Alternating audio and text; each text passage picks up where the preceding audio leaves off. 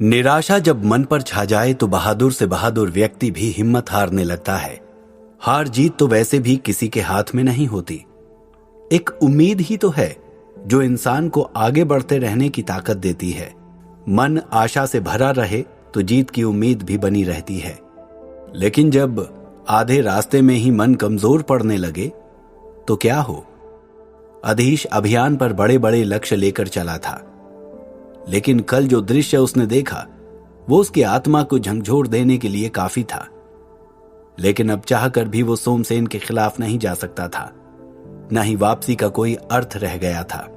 अब एक ही रास्ता था, आगे बढ़ते जाना। लेकिन अगर सोमसेन ने आगे भी सिर्फ अपनी मर्जी चलाई तो क्या अधीश इसी तरह चुप खड़ा मासूम लोगों का खून बहते हुए देखता रहेगा? क्या अधीश के लिए उसका उद्देश्य ही सबसे ऊपर है? अधीश इतनी जोर से चीखा था कि शायद उसकी पुकार ईश्वर ने सुन ली थी। नवीन निरंजन अपने दल को लेकर बाहर निकल गए थे, लेकिन जब उन्होंने देखा कि ईला उनके साथ नहीं है तो उनका दिल कांप गया। निमेश से पूछा, ईला कहां है निमेश? निमेश ने चारों ओर नजर दौड़ाई, लेकिन ईला कहीं नहीं थी। दोनों ने किले की तरफ देखा और एक बार फिर बहुत तेजी से भीतर घुस गए।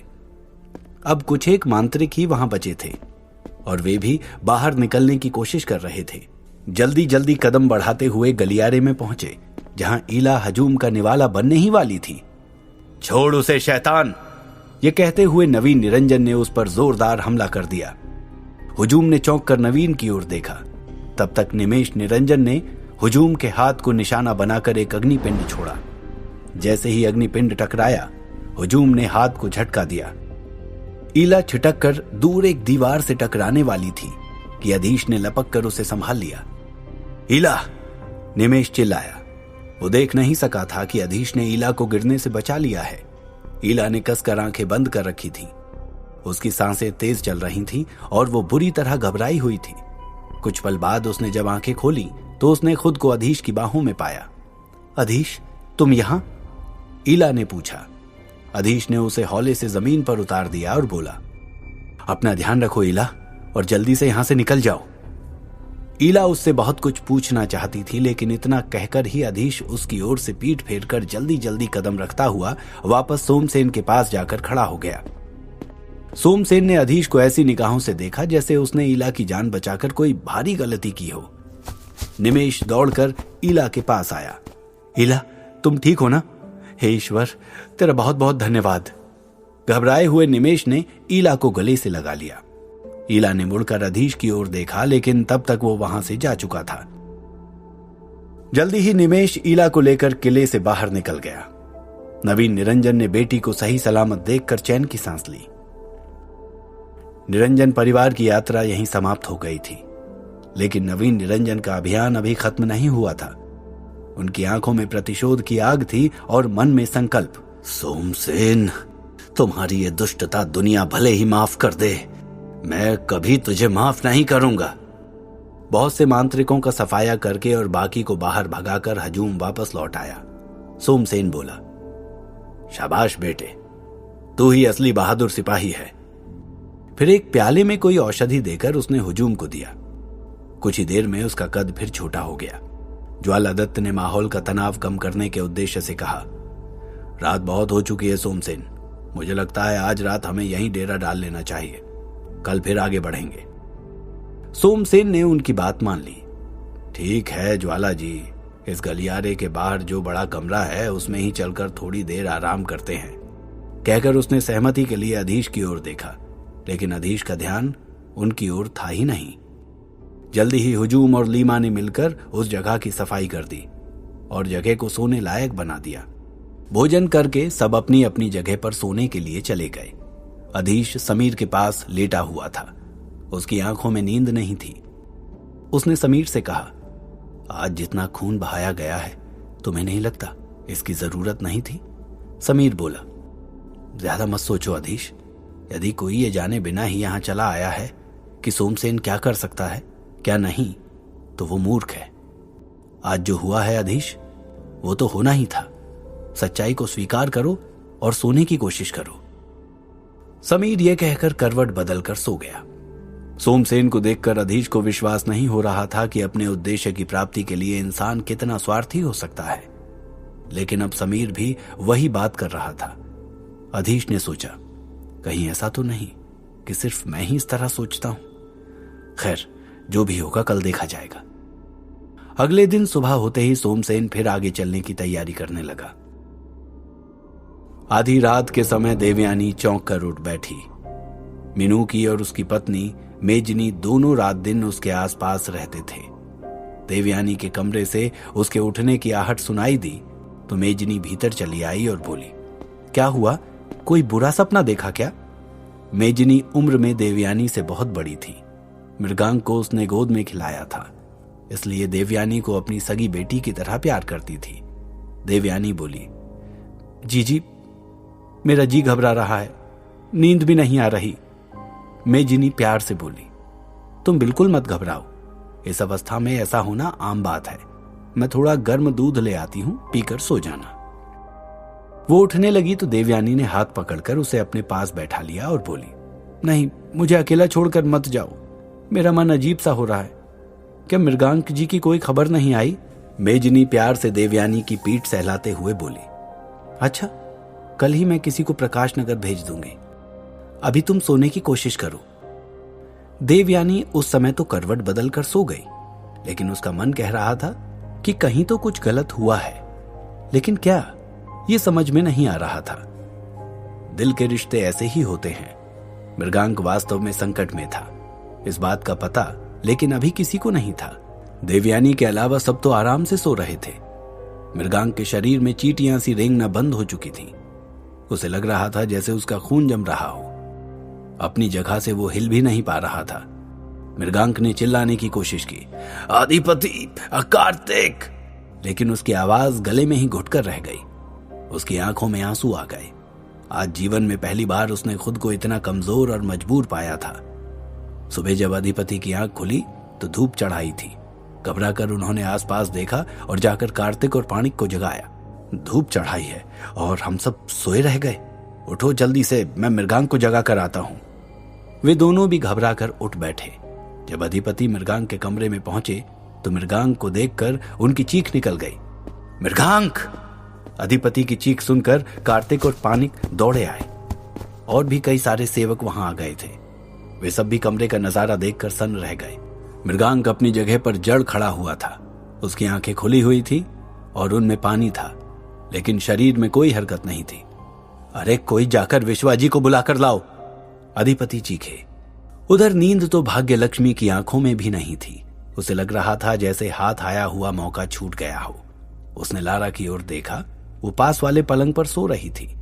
भाग्य लक्ष्मी भी सोने की कोशिश करने लगी। अगली सुबह उठकर फिर से एक बार नई कोशिश करनी थी।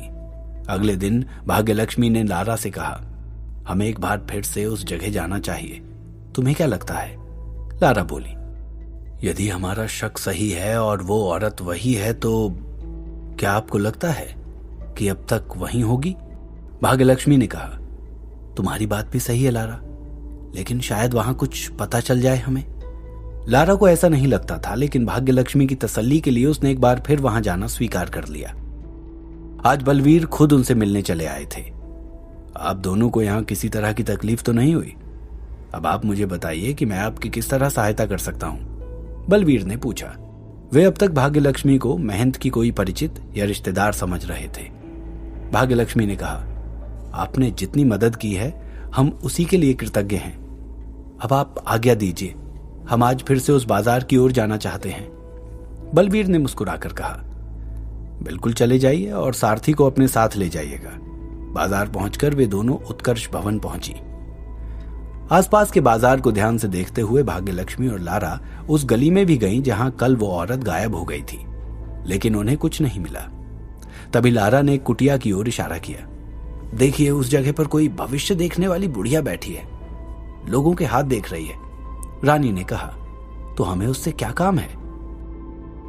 क्या तुम भूल गई हो हम यहां किस काम से आए हैं? लेकिन आप देखिए, ये दिन में कई लोगों से मिलती होगी, औरतें भी अच्छी खासी संख्या में यहां आती होंगी, शायद हमें कुछ पता चल जाए। लारा ने कहा तो रानी ने उसकी बात मान ली। अभी वे दोनों कुछ ही कदम चली थीं कि भाग्यलक्ष्मी के कंधे पर किसी ने हाथ रखा। वो चौंक कर मुड़ी। लारा भी उसके साथ ही पीछे मुड़कर देखने लगी और अचानक दोनों के मुंह से एक साथ निकला, तुम यहां? शताक्षी उनके सामने खड़ी थी। इस दूसरी दुनिया में, जहां उस दुनिया का किसी को नाम भी नहीं पता था।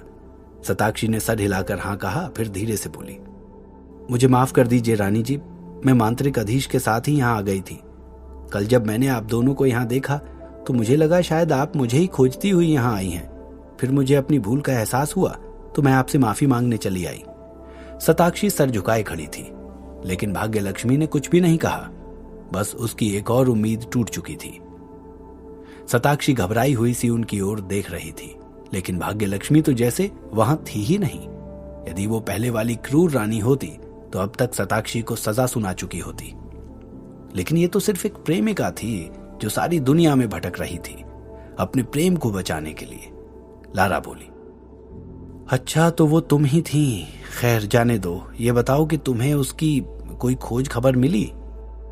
शताक्षी ने कहा, नहीं, मुझे तो कोई खबर नहीं मिली, लेकिन कल आपसे टकराने के बाद मैंने आपका भविष्य जानना चाहा था। और भाग्यलक्ष्मी ने अब जाकर शताक्षी की ओर देखा। उसकी आंखों में उम्मीद फिर जाग चुकी थी। लारा ने पूछा, और क्या शताक्षी? शताक्षी ने कहा, और वो जल्द ही आपको मिल जाएगी। लेकिन अब लारा का धैर्य जवाब दे रहा था, इस तरह अटक अटक कर क्यों बोल रही हो? जो भी देखा है वो बताओ सच सच। शताक्षी ने कहा, और मैंने देखा एक भीषण युद्ध। शताक्षी इतना कहकर चुप हो गई। लारा ने चैन की सांस ली। वो तो होना ही है, शताक्षी ने कहा, मैं यहीं पास में ही रहती हूं, चलिए बैठकर बात करेंगे। भाग्यलक्ष्मी ने लारा की ओर देखा। लारा ने सहमति दे दी तो दोनों शताक्षी के साथ माई की कुटिया में आ गई। वहां आकर शताक्षी ने भाग्यलक्ष्मी को सारी बात बता दी। भाग्यलक्ष्मी बोली, तो क्या मांत्रिक अधीश भी यही हैं? शताक्षी ने जवाब दिया, हाँ वो हैं तो यहीं, लेकिन आजकल एक अभियान पर गए हुए हैं। मेरे भाई समीर भी उन्हीं के साथ में गए हैं। भाग्यलक्ष्मी बोली, जीवन कैसे कैसे खेल दिखाता है ना शताक्षी। ईश्वर ने जिस तरह तुम्हारी सुन ली और तुम्हें अपने बिछड़े हुए भाई से मिला दिया, उसी तरह। कहते कहते भाग्यलक्ष्मी का गला रुंध गया। इसके आगे वो बोल नहीं पाई। शताक्षी उसे दिलासा देते हुए बोली, आप बस ईश्वर से प्रार्थना कीजिए, आपके प्रयासों में तो कोई कमी नहीं है। इतने में तो पत्थर भी पिघल जाता है। भाग्यलक्ष्मी उसका हाथ थामकर काफी देर तक बैठी रही। शताक्षी ने उसके आंसू पोंछे और कहा, आप बलबीर जी से बात क्यों नहीं करती इस बारे में? दूर दूर के राज्यों और नगरों में उनके मित्र हैं, वे जरूर आपकी सहायता करेंगे। भाग्यलक्ष्मी ने कहा, आप बलबीर जी पर भरोसा कर सकती हैं, अधीश उन्हीं के साथ काम करता है। वे आचार्य कश्यप के भी बहुत अच्छे मित्र हैं। रानी ने हामी भर दी। इतने में लारा बोली, रानी जी अब हमें चलना चाहिए, हम काफी देर से यहां बैठे हैं, सारथी हमारा इंतजार कर रहा होगा। रानी उठ खड़ी हुई और शताक्षी से बोली, अच्छा शताक्षी अब विदा दो, मैं जल्दी ही फिर तुमसे मिलने आऊंगी। जैसे ही वे लोग बाहर निकली, शताक्षी ने जल्दी से दरवाजा बंद कर लिया और आंखें बंद कर ली और ईश्वर से प्रार्थना करने लगी, हे ईश्वर, ये जो मैंने रानी भाग्यलक्ष्मी के भाग्य में देखा है, कहीं वो सच ना हो जाए। शताक्षी का दिल बुरी तरह धड़क रहा था और हाथ जोड़े वो प्रार्थना कर रही थी। ऐसा क्या देख लिया था उसने रानी के भविष्य में? क्या एक बार फिर रानी के हाथ में असफलता ही लगने वाली है, या उससे भी भयानक कुछ होने वाला है? और मृगांक को क्या हुआ था? क्या देवयानी का दुस्वप्न सच होने जा रहा था? जानने के लिए सुनते रहिए द मैजिशियंस सीक्रेट, सिर्फ और सिर्फ पॉकेट FM पर।